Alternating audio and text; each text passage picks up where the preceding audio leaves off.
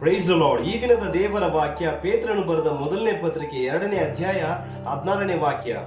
ಸ್ವತಂತ್ರರಂತೆ ನಡೆದುಕೊಳ್ಳಿರಿ, ಆದರೆ ಕೆಟ್ಟತನವನ್ನು ಮರೆಮಾಚುವುದಕ್ಕೆ ನಿಮ್ಮ ಸ್ವತಂತ್ರವನ್ನು ಉಪಯೋಗಿಸಬೇಡಿರಿ ಎಂಬುದಾಗಿ ವಾಕ್ಯ ಬರೆಯಲ್ಪಟ್ಟಿದೆ. ಹೌದು ಪ್ರಿಯರೇ, ಕ್ರಿಸ್ತನು ನೀವು ಸ್ವತಂತ್ರರಾಗಿರಬೇಕೆಂಬುದಾಗಿ ಬಿಡುಗಡೆ ಮಾಡಿದರು. ಆದರೂ ಅನೇಕರು ಸುಣ್ಣಾಚಿದ ಸಮಾಧಿಯಂತೆ ಜೀವಿಸುವವರಾಗಿದ್ದಾರೆ ಪ್ರಿಯರೇ.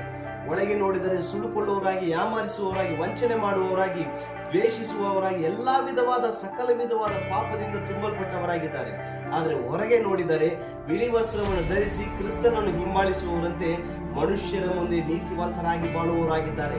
ಆದರೆ ಒಂದು ದಿನ ಉಂಟು, ಮನುಷ್ಯರನ್ನು ವಂಚಿಸಬಹುದು, ಆದರೆ ಸರ್ವಶಕ್ತನಾದ ಯೇಸು ಕ್ರಿಸ್ತನನ್ನು ವಂಚಿಸಲು ಅಸಾಧ್ಯ ಪ್ರಿಯರೇ. ಆ ದಿನದಲ್ಲಿ ದೇವರೇ ನ್ಯಾಯ ವಿಚಾರಿಸುವವರಾಗಿದ್ದಾರೆ. ಇರುವಂತಹ ದಿನದಲ್ಲಿ ಭಯಭಕ್ತಿಯಿಂದ ದೇವರಿಗಾಗಿ ಜೀವಿಸಿರಿ. ನಿಮ್ಮನ್ನು ಸ್ವತಂತ್ರರಾಗಿ ಮಾಡಿದ್ದು ಅನೇಕರಿಗೆ ಸಾಕ್ಷಿಯಾಗಿರಬೇಕೆಂಬುದಕ್ಕಾಗಿ.